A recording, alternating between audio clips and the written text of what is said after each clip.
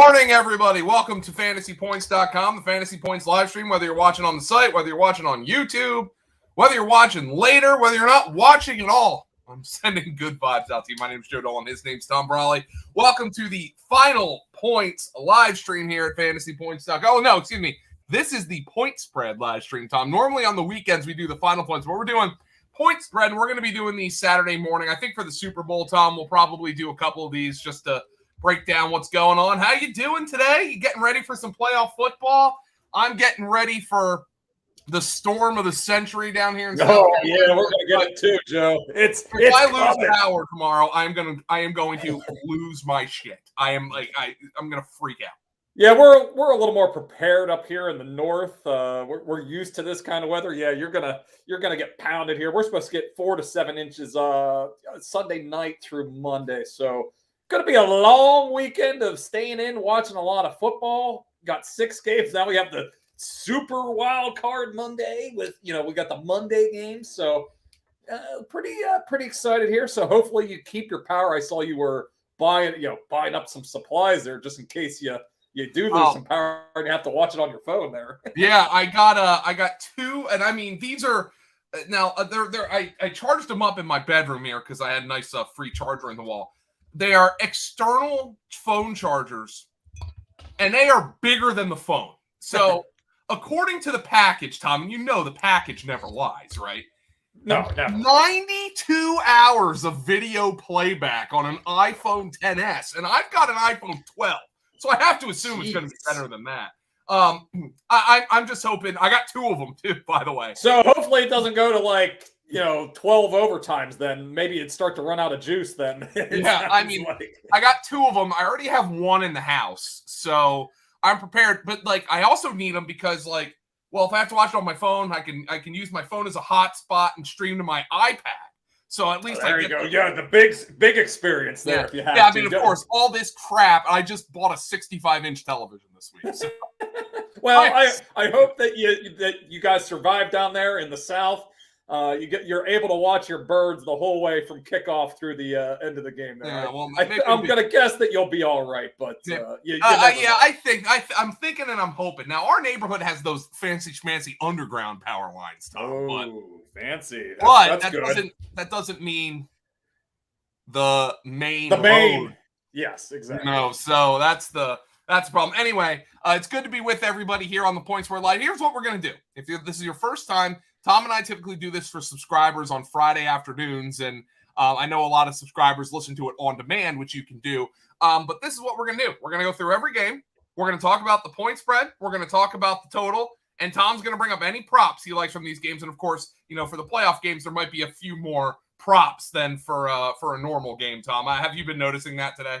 Yeah, they do go a little deeper. I mean, we get a pretty now anyway. All these books are competing against each other, so they do offer a lot of guys. But we're getting really into the secondary, the third string type of receivers, and Kyle Juszczyk props. We got everybody covered for these games. Juszczyk prop. I like to hear that. All right, so guys, just we're gonna do that. But first, I want to tell you that this show is brought to you by Stat Hero, and Stat Hero is reshaping the way to play daily fantasy.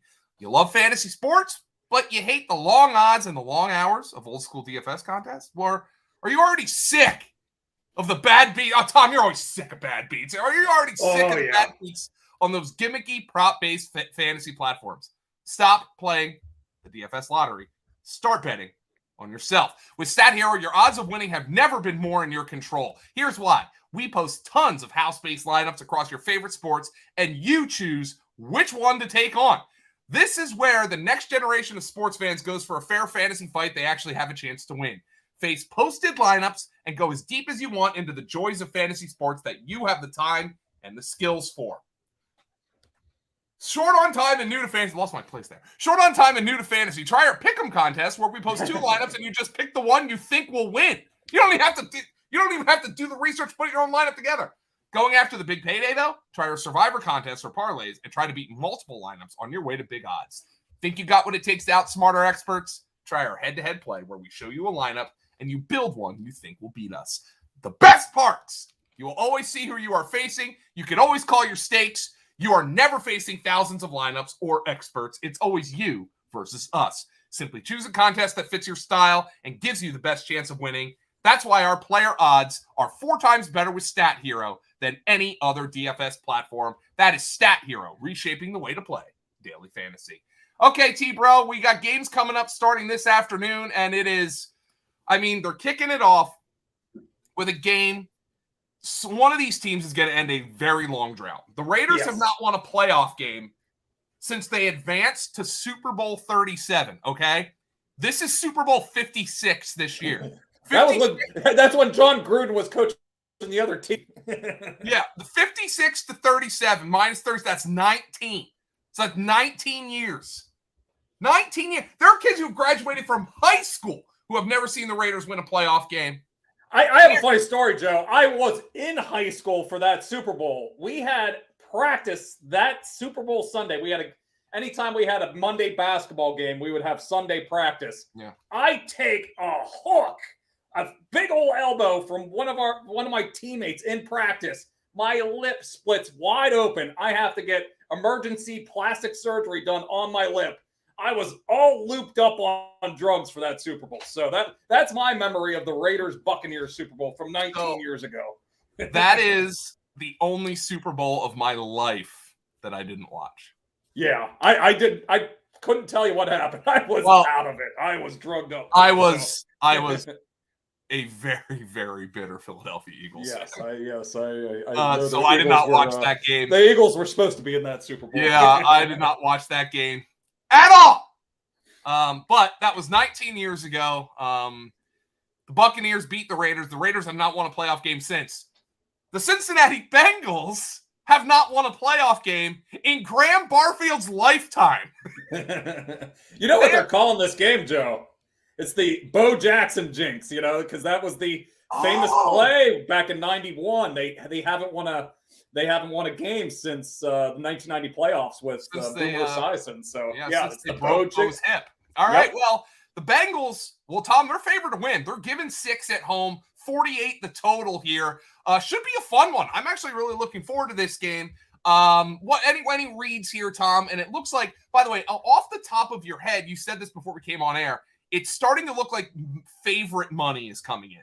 Yeah, on both the Saturday games at least. We got some money showing up for the Bengals here today. This line had gotten down to 4.5 at some spots, like Thursday, Friday. And we're starting to see 6s mostly across the board. There's still a 5.5 at FanDuel if you're looking to bet the Bengals side. But your chances to get anything less than 6 are starting to run out here. And the Patriots-Bills game, FanDuel is once again the low man there. They have 4.5, but everywhere else I'm looking pretty much looks like Caesars also has a 4.5, but the line has moved to 5 at most other places. So we're starting to see the public money coming in. The public usually loves to bet these favorites here. So we're starting to see that money coming in here today. Did you have any leans on this game? I actually was leaning towards the Raiders side. I think they're going to try to, that game back in 11, the score was very lopsided. I think it was 32-13 or 33-12 or whatever it was. It was a 19 or a 21 point game, but it was a 1-score game for most of the time. And I think the Bengals scored like 2 touchdowns basically in the last 4 or 5 minutes of that game to make it look a lot more lopsided than it was. So it's a bit of a tough spot for the Raiders, though. The NFL moved their Sunday game in Week 18 to that Sunday night game. Of course, it went into overtime. Lasted forever. I know I was up till 12:30, 1 o'clock watching that game on Sunday night, and then they make them fly. Not quite across the country, but to Cincinnati. So they got to play the first game on the schedule in the playoffs. So it's a bit of a tough spot for the Raiders, but I still kind of like their side here a little bit. But the Bengals money is starting to show up. It started 6.5, so it's just getting back to where it kind of took off at the beginning of the week here. Yeah. By the way, Tom, the game was 32-13. If we're talking props in this game, the last time these two teams played, it was very strange. Like, even though the Bengals scored 32 points, Really, the only guy who came through for fantasy was Joe Mixon, who had 123 rushing yards and 2 touchdowns. They didn't have Joe Burrow threw for just 148 in that game. They didn't have a single receiver get to 50 yards receiving. On the flip side, the only player who came through for fantasy for the Raiders, was Darren Waller. I don't even remember him doing this. He had 116 yards in that game. That was the second and final 100-yard game of Darren Waller's season. Hunter Renfrow had just 4 catches for 30 yards. Meanwhile, Josh Jacobs had just 9 carries for 37 yards, but Kenyon Drake also played in that game. So really interesting as we look at the prop market here. Yeah, the Waller one is interesting. He's coming off, obviously, the major, not the major knee injury, but, forced to miss 4 or 5 games there. He got COVID as well before week 17. Looked off last week, only 2 catches for 22 yards, I believe it was, and but he saw 9 targets. So he's obviously getting a lot of action, but wasn't making good on it. But this has been an awesome matchup all season long. Opposing tight ends have beaten up on the Bengals. We'll see what they do here. Greg was saying they might switch things up. They've been, we're using Von Bell a lot. As kind of the cover tight end. They brought in Flowers from Seattle. He was saying that they might try to match him up with Waller here. So that's an interesting matchup to kind of follow here. Hunter Renfro's kind of cooled off here a little bit. Zay Jones has been pretty active here. He's seen 8 targets, I think, in the last 4 games. So his prop has really taken off here since I first started looking at these props. I think they went up Wednesday. He was sitting like 39.5. It's moved all the way up to 44.5, depending on where you're looking. But for good reason. He's getting a lot of targets. So he's kind of supplanted Hunter Renfrow a little bit. One prop I kind of like on the Raiders side is I like Josh Jacobs to be active in this passing game a little bit. The Bengals kind of concede underneath passes that, they don't want to be beaten over the top. So a lot of these passes, they'll give him up here. He's been pretty inactive in the passing game the last 2 weeks, but before that, he was up over this number in, I have it here, 10 straight games from week 5 to week 15, up over 17.5. I think the number's up to 20.5, but I'm I still kind of like that 1.5. So okay, I still kind of like that number. I think it's a doable number, and we're expecting this bet, this game here. It's 6 points, the spread here, so it's projecting as a game that they'll be playing from behind, so might have to throw a little bit more. So I kind of like that Jacobs passing prop there. Well, by the way, we'll get to the whiteboard at the end of the live stream, so you can get all your best bets out there, Tom, because normally we do that on the Final Points show, but we'll get it on the point spread show. As we move now to Saturday night, it is gonna, when we played in that cold weather, we was cold. It's gonna be like sub-zero. New England at Buffalo. I heard Moyer was ready and raring to go this morning, Tom. Oh, he actually so he went to this game back in week 13. Our mutual friend Josh Moyer, went to this game on Monday night. It was obviously most of you probably remember, it was the windstorm game. It was the 40-mile-per-hour wind gusts and just bitterly cold, a little bit of snow flurries. He got a text message last night from one of the guys that couldn't make the trip with him, trying to egg him on to go to this Saturday night game. I guess the tickets were pretty, relatively cheap for a playoff game, and he was thinking about it, but I think ultimately the single-digit temperatures, pulled him off from going to this game. Yeah. But this is going to be not quite like that game, but it's going to be good theater here on. I'm going to be enjoying it from my warm house. Watching these guys be miserable in the cold. New England at Buffalo. Buffalo laying 5 at home, 44 the total. Josh Allen apparently has bad circulation. Who was it who told? Was it Bart Scott? Bart Scott. Viagra to get his circulation going. Yeah, I mean, it was a blood pressure med. It makes sense. I had not thought about that, but maybe next time I go to a Penn State football game and it's really cold, I'll have to take some Viagra before I go. Well, anyway, Tom, the line's at 5, 44 the total. I think Buffalo's the better team. New England, it doesn't look like, saw Andrew Callahan tweet this today. It doesn't look like they're going to have Jalen Mills, who's on the COVID list. And it looks like the Bills, from Diana Rossini, are expecting them to play more man without Jalen Mills. And the Bills expect the Patriots, to double Stephon Diggs with J.C. Jackson and another guy.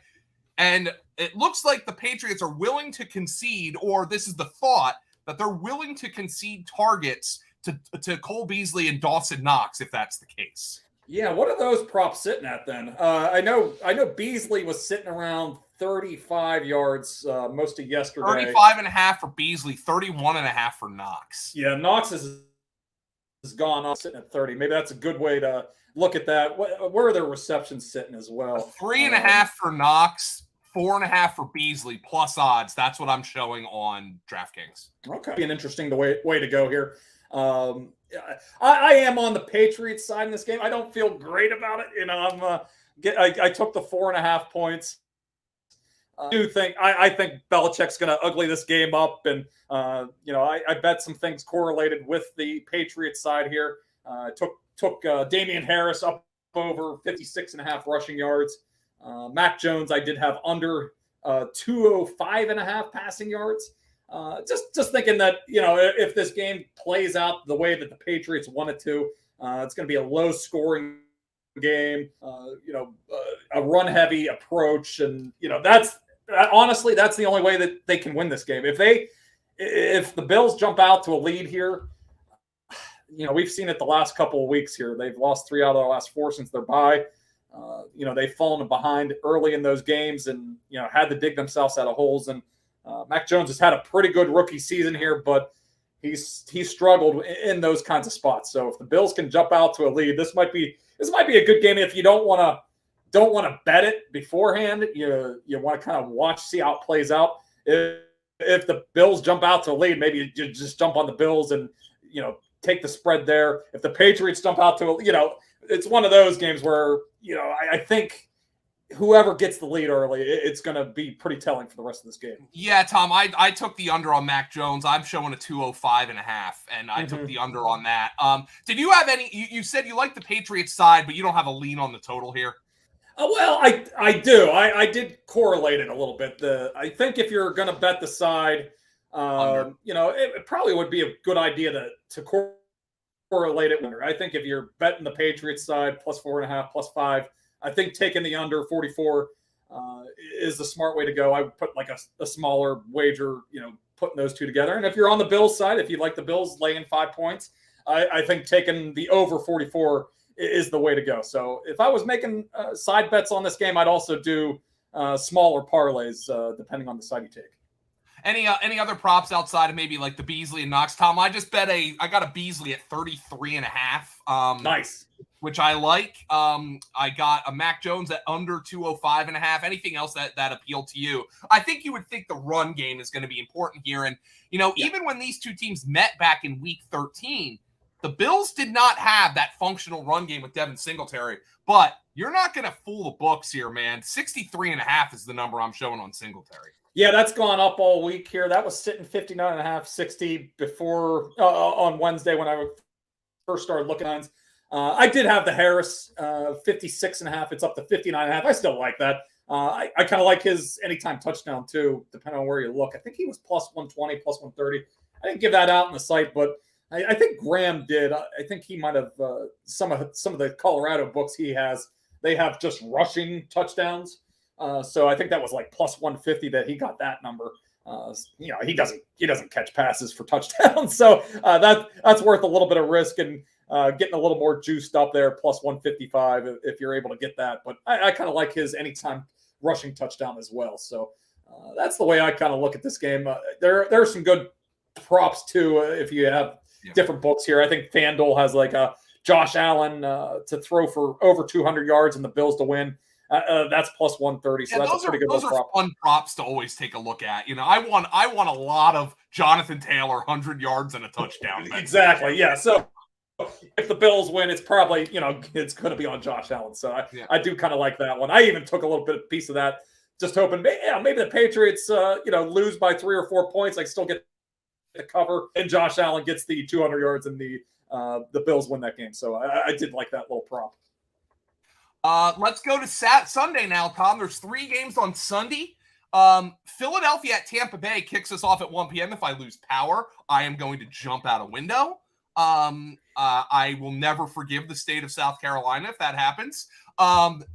Buccaneers laying 8 at home, 46 the total, Tom. We've seen that it seems like the line has kind of fluctuated here a little bit. There's been Bucks money, then buyback to the Eagles, and then there was more Bucks money, and then you hear the weather's going to be a factor, so then the under money comes in. Oh, it's not going to be as bad as they thought, so now the over money comes in, but the wind is still going to be a factor. Obviously, Tom, with these weather games, sometimes you don't even know until Sunday morning what the factor is going to be, but the point remains, the Buccaneers are laying 8 at home, 46 the total. These teams did play to a 28-22 Buccaneer victory in Week 6 in Philadelphia.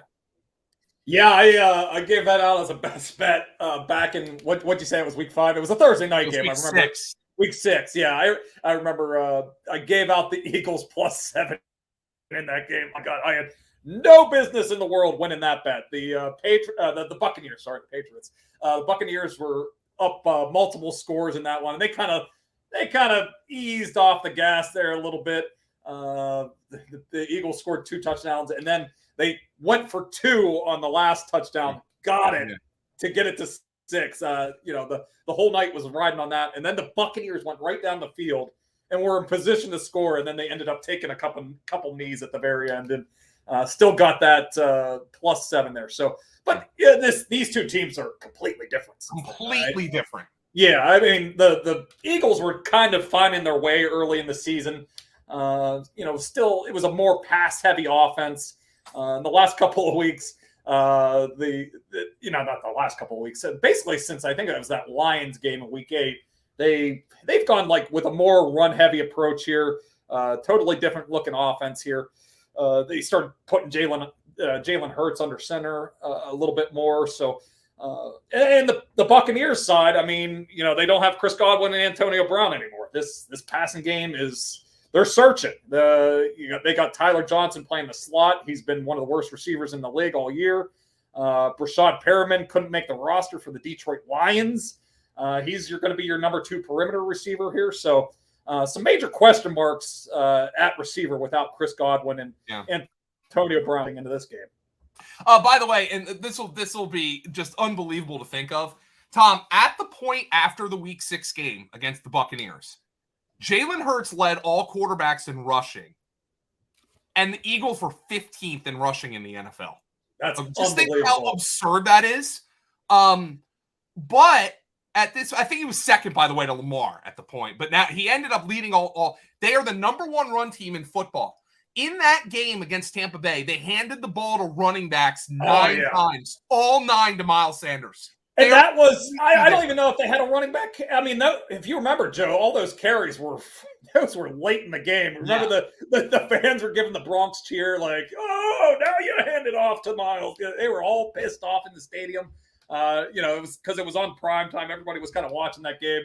That was kind of the joke coming out of that game. Like, what the hell is Sirianni doing? That was the first time we had really gotten a really close-up look at the Eagles, and there were a lot of questions about him and what he was thinking in that game. And I think he's done a good job here, turned things around, and certainly gotten this team into the playoffs that nobody expected. I was just starting to do a little bit of my initial research for these division reviews that I do from a betting perspective, that I put up over the next like 6 weeks or so. And the Eagles were sitting at 6.5 wins coming into the season. So they easily outplayed their what was expected of them there.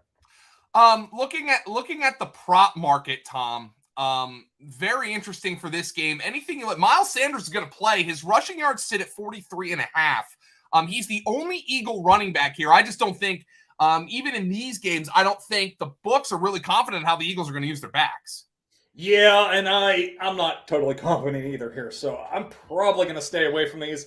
They have confidence in Sanders, but if he has an early screw up with the hand, if he has a bobble or he drops a pass, I'm not betting that. I'm not exactly. These are the kind of games you can't screw around. You don't have next week. So if there are any signs that he's having issues with that hand, he could get the quick hook. So I'll probably be avoiding any kind of basically any of these backfield props for the Eagles. I just don't have a firm grasp on what's going to happen there.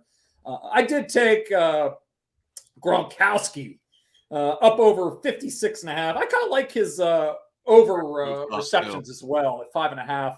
I liked it a little bit more. I think it was plus 105, plus 110. Do a little shopping around on that one. DraftKings is shown at minus 105 right now, but I'm just expecting. We went through the issues at receiver here. He's been really active the last 2 weeks. 7 catches, up over 115 yards in both of those games since Godwin and Antonio Brown left the lineup. And this has been the best matchup for fantasy tight ends all year long. This is you start them whenever you're playing the Eagles here. So we do that one and done league. I don't think he's going to be played a lot, so I'm rolling the dice and using him this week. Just thinking that he's going to be underused, just because we're expecting the Buccaneers to move on, and people are going to probably want to play Darren Waller or maybe like a Kittle this week. So I'm rolling the dice with him, but that was one prop that I kind of stood out. I kind of like the Tyler Johnson one too. Like, he's sitting 33.5. He does stink, but I think with the wind conditions here, we've seen the total drop, 3 points basically. We got questions on the perimeter. Darius Slay's out there. He's going to be covering Mike Evans. I would expect him to shadow him this week. So maybe we get some check downs with Tyler Johnson too. So I would be those 3 guys. If I was looking to bet overs in the passing game, I'd be looking at Gronk. I'd be looking at Tyler Johnson. I'd be looking at Fournette. I think that those 3 are going to get fed dump downs quite a bit here today. All right, Tom, we've got a question from Dave on YouTube. New to betting, looking to do a 6-game parlay. There is an option available to do a round robin. Not quite sure how that works. If I do a 5-pick or all combination round robin, which is better for payout or avoid? Yeah, I tend to avoid these 6-game parlay. And the round robins, those are basically you're pairing up, one bet with the other. So, if you hit 5 out of your 6 legs, you're going to get paid out pretty good. But you gotta win like 4 out of 6, 5 out of 6, 6 out of 6 to make a profit there. So it's essentially like boxing and exacta. Exactly. Yeah, that's exactly what it's like, Joe. So I've never made a round robin bet. I'll fully admit that. Yeah, I used to do them a little bit, but they're not a plus EV type of bet. I tend to stay away from those unless I have like a really strong feeling on these games, and I don't. These are NFL playoff games. These are the most exact betting markets that you're going to see in the world, and they get even more exact this time of year. There's only 6 games on the board.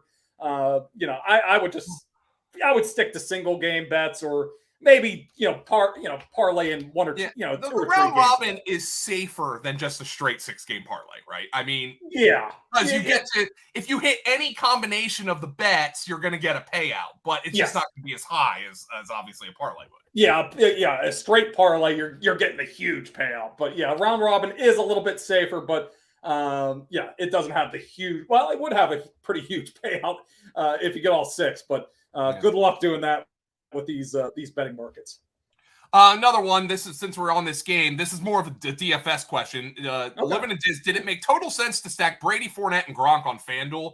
I mean, I would expect this to be a pretty narrow game. And Tom, let me correlate this with, my first thought looking at this was the under on Mike Evans receiving yards. It's 53.5, and I am staying way away from that because the books are very well aware that Darius Slay is going to follow Mike Evans in this game. That's bad news for Mike Evans, but it also is one of those things where, man, he makes one 35-yard catch. He gets behind Slay for one play. All he's got to do is make another catch, and he's up and over this total. Yeah, I was hoping, these books are so sharp. It doesn't. Betting these player props was a little easier in years past. It's getting tighter and tighter every year. His number typically opens up mid-60s. Depending on the match. If it's a really good matchup, it'll be high 60s, low 70s.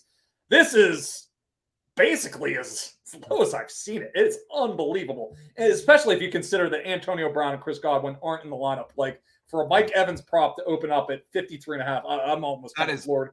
I thought it was going to be like high 50s, and I still wouldn't touch that. He's the type of player. That's still ridiculous respect for Darius Slay. Yes. So yeah, and his receptions, I was hoping maybe there would be it would be a little bit lower, under 4.5. It's -125. I was hoping that might be like even money or even maybe -110. But he's getting a lot. Darius Slay is getting a lot of respect in the betting markets here. Yeah, I mean, like, and by the way, with this Brady, Fournette, and Gronk stack, the thing is like normally you would, I would think there's negative correlation between a quarterback and a running back in DFS, but Fournette catches so many passes. I think he had 6 for 46 last time out, but apparently, I expect him to play, but he is more questionable, I think, than you might have thought at the beginning of the week. So yeah, that was weird. Like, well, he's questionable, but if he goes, he's getting all the work, basically, is what Arians said. So, Arians usually is a pretty straight shooter, but I feel like he's, leading us a little astray on this one. So, I would expect him to go, though. He's been, what is it, basically 4 weeks away from this hamstring injury. Yeah. So it did look nasty at the time. I mean, he had to get fired off the field. It did. Yeah, so we'll see. I expect him to fully go. I don't know. Yeah, I'm with you, Joe. I probably wouldn't stack those three, but this is one case where you could make it. He has the potential to catch 5 or 6 passes for 30 to 40 yards. His line is 5.5 on DraftKings. Yeah, 33.5 is where it's been kind of sitting. I was hoping it would come out 4.5, but yeah, that the books are all over it, especially against this Eagles defense that they kind of concede those types of catches. So the two questions here, I mean, the Brady Fournette, I will say this, the books do have Fournette and Gronk both lined at 5.5 receptions. So those are the two guys they expect to catch the passes in this game. So I think it does make sense, especially on a short slate, to stack those guys. San Francisco at Dallas, Tom, game of the week. Dallas is laying 3 at home, 50.5 the total. The 49ers are live underdogs in this one, Tom, in my opinion. Yes, this is one I gave out on Monday. I got it 3.5. It's pretty much 3 across the board. Yeah, I'm looking some money. It's 3 basically across the board. The money's pretty even on both sides. I grabbed a little bit of a money line. I think I got it plus 140 plus 140 early in the week. So this is the game where this is the trendy underdog, though. I think everybody is kind of, they're looking at this matchup. We got Kyle Shanahan. Yeah, we got it's the two traditional teams as well. But this, I got Shanahan, a bit of a coaching mismatch with McCarthy. The 49ers have been really good to bettors here the last 9 games. I think they're 7-2 against the spread. One of the only games they didn't cover was that Thursday night game, that Island game that they had. But other than that, they've been really good against the number. So then again, the Cowboys are America's team, and they've been the best ATS team all season long. They have the best record. I think they finished 13-4. They treated everybody right last week. That back then, they were true to their word that they were going to play their starters the entire damn game against the backups from the Eagles, and they crushed them. So, this line, maybe a wait it out. Maybe some 3.5s pop up if you're looking to bet the 49ers. I don't really expect it. If anything, I could see more 49ers money coming in. I could see this getting down to 2.5. So, but if I had to predict, I think it's been kind of solid at that 3 all week, and I would expect it to kind of sit there up until kickoff. Yeah, and I mean, I think, the 49ers, this is weird because this is a very public live underdog against a very public team. Yes. Nonetheless, Dallas has been a moneymaker this year. So it's kind of a weird dichotomy here. Let's look at the prop market, Tom. There's a lot available. Did anything stand out to you when you were going through this?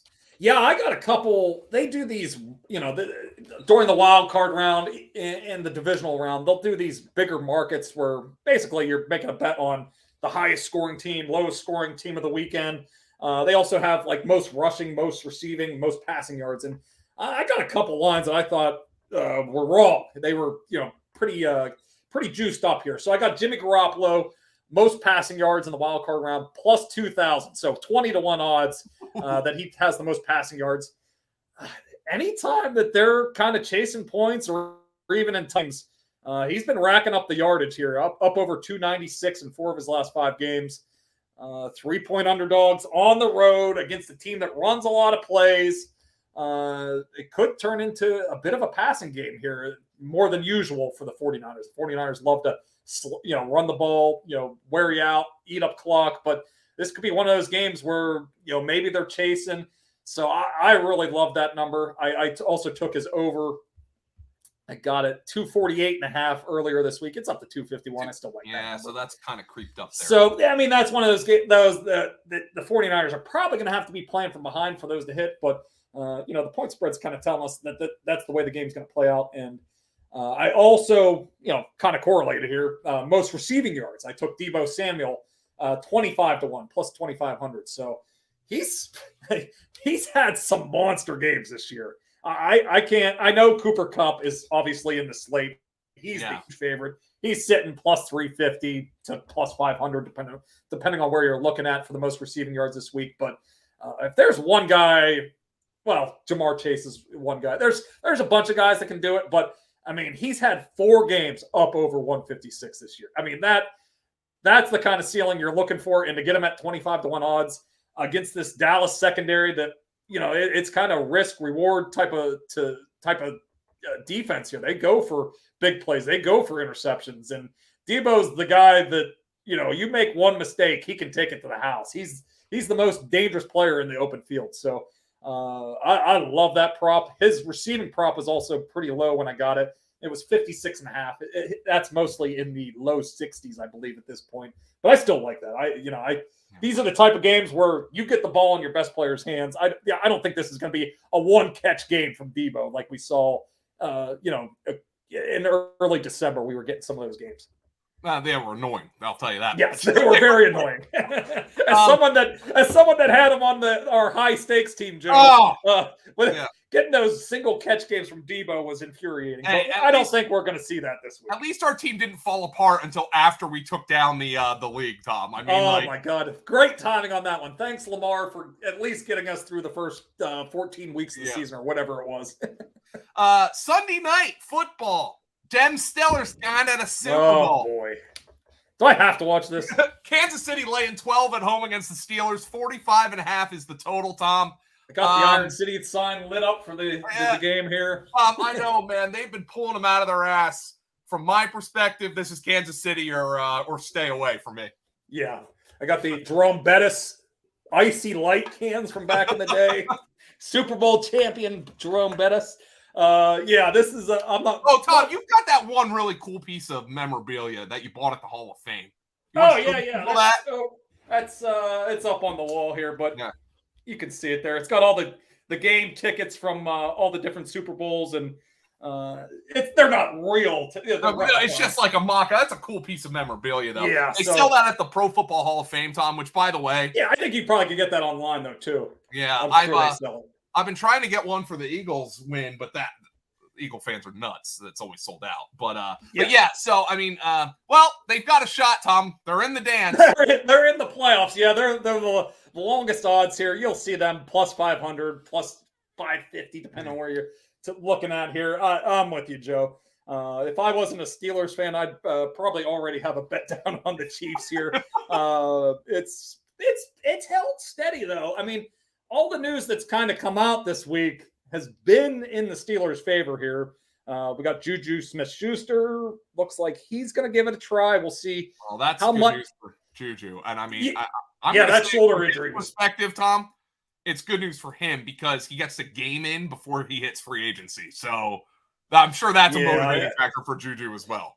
And you remember his free agency. This was like the one team that he was kind of down to. And then he ended up ultimately just taking a one-year contract when the market wasn't quite to his liking here. So, they're probably getting him back. I gave out a couple bets on the site on Wednesday for Clyde Edwards-Helaire. They're void. He's not going to play. He's out. That collarbone, he tried to practice on Wednesday.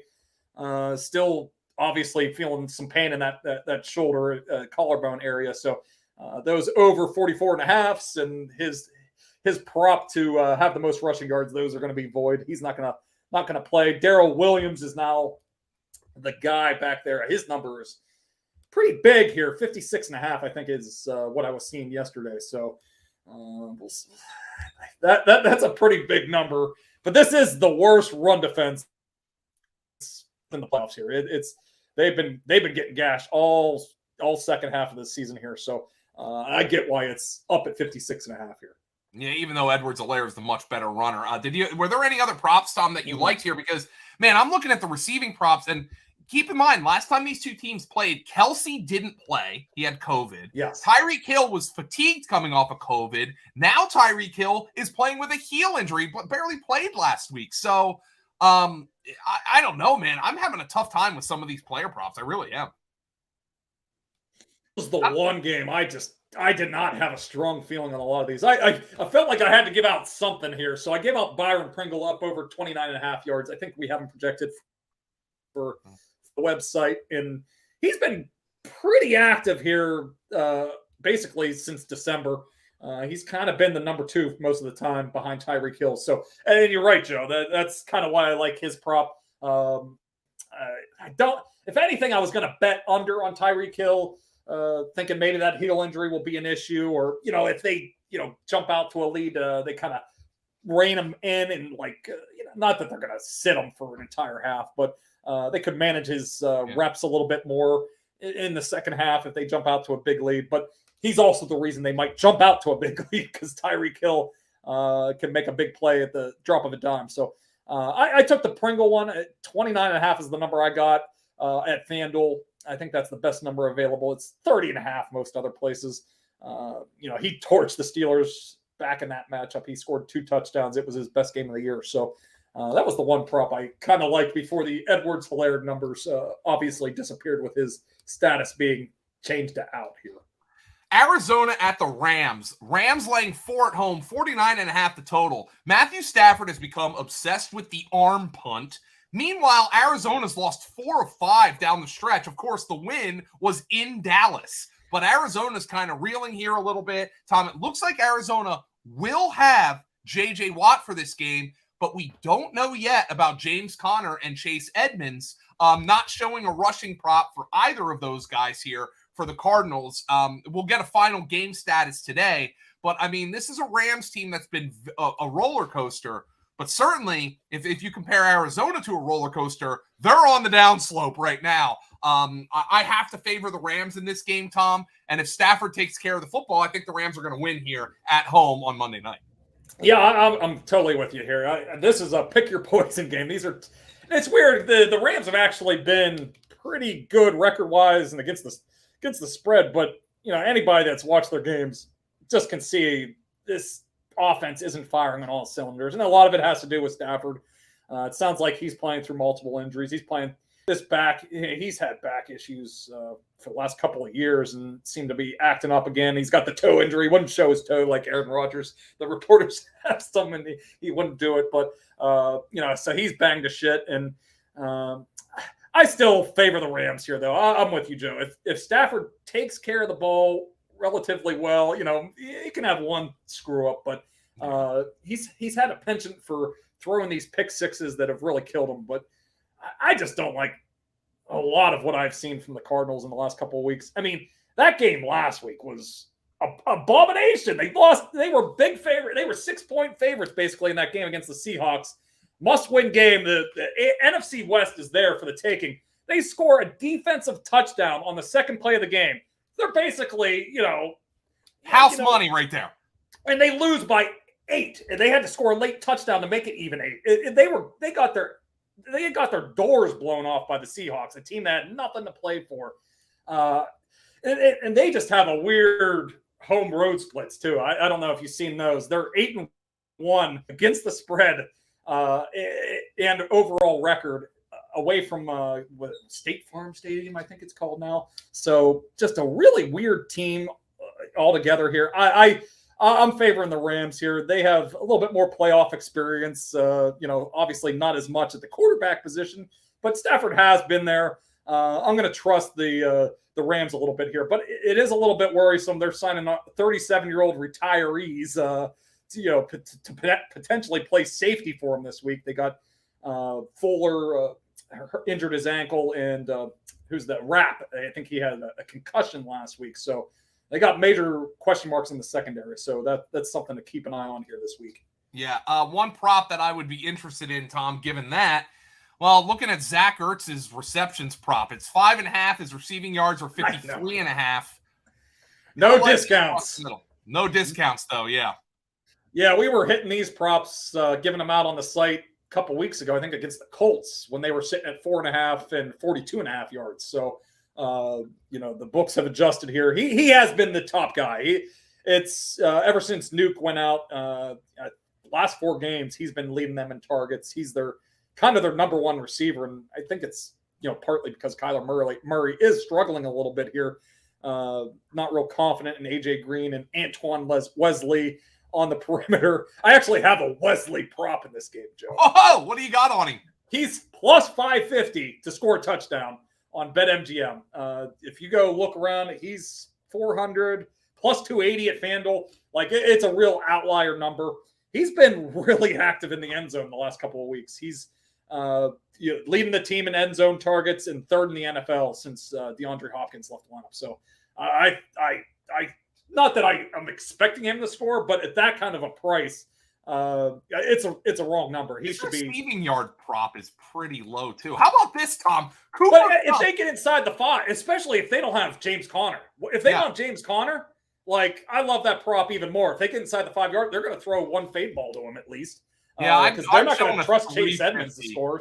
I'm showing us 350, and I'm not going to. That's a good number there. That it should be plus 300 to plus 350. So yeah. But if you can find that number at plus 550, I really like that number. I am showing a Cooper Kupp and Wesley both to score plus 700. That's it. That's an interesting way to do it, but no, I'm not. I don't think I'm hitting that one. No, either. I probably wouldn't either. Yeah, his yardage prop is actually pretty low on DraftKings too, at 23.5. Yeah, I'd probably stay. He hasn't put up massive numbers. He's basically been an end zone target. That's basically what he's in this offense. So, but if you do think, I don't know what they're going to do with Jalen Ramsey. Does he play more on the AJ Green side? That they played that was actually Hopkins' last game was against the Rams. So we don't really have a good sample from that. But do they move Ramsey more over to cover AJ Green? Do they just kind of use him as a wild card all over the field? I think he's going to be a wild card. I wouldn't be surprised if he saw some Ertz in this game. That's what I'm thinking.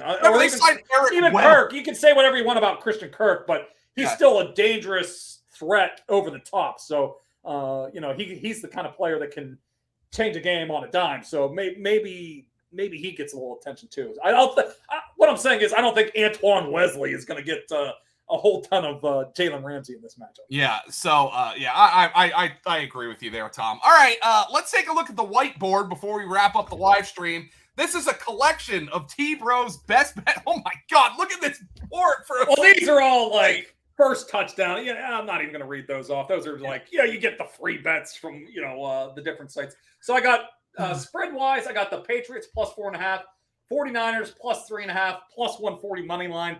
The Rams minus 3.5. Player props, Jimmy G over 249.5. Debo over 56.5 receiving yards. Gronk over 56.5. Ezekiel Elliott under 51.5. Wesley touchdown plus 550. Jamar Chase over 68.5 receiving yards. Damian Harris over 56.5 rushing yards. Derek Carr under 257.5 passing yards. Debo most receiving yards 25-1. Jimmy G most passing yards 20-1. Josh Jacobs over 17.5 receiving yards. Mac Jones under 205.5 passing yards. Cam Akers under 32.5. I thought that was a really large number for Cam Akers. I know he might have a little bit of a larger role here. Got his first action of the year, but seems a bit ambitious, that number. Byron Pringle over 29.5. That is the whiteboard for the wild card round. I am ready for some playoff football, Joe. How about you? I'm ready as well. I'm going to go make some bacon and eggs. Ah! For Christ's sake, bacon and eggs, dear. Yes. R.I.P. Bob Saget. Yeah. I love that. Anybody that's watched Tourette's guy, YouTube treasure. It's not suitable for everybody, but R.I.P. Bob Saget. But that was what everybody said. You know, I got multiple messages. Bob Saget. So yeah, I was watching. There was a nice roast. Norm Macdonald. That's why I'm wearing the sports hat for Norm Macdonald. I was drinking a few beers last night, watching the Norm Macdonald's roast of Bob Saget. And Norm Macdonald is just telling like jokes my 10-year-old nephew would tell at this roast. It is cringeworthy, but it's epic. I highly recommend anybody go watch that. Go remember Norm Macdonald and Bob Saget. R.I.P. Norm Macdonald and Bob Saget. If my power goes out, R.I.P. Dolan. You'll be saying, "Oh, Bob Saget." I'll be yelling Bob Saget if my power goes out. All right, everybody. Thanks for joining us here. We'll be back next week for another Point Spread show. It's been fun for Brolley, for Kukanis. Kukanis, by the way, you are the only person who has said he's entering my playoff pool who has not paid me yet. Oh, yeah, that's not unusual. Ben's. You gotta watch. Keep an eye on him. Tom. Keep an eye on him. All right. We'll see you next week, everybody. For Tom, I'm Joe. Goodbye.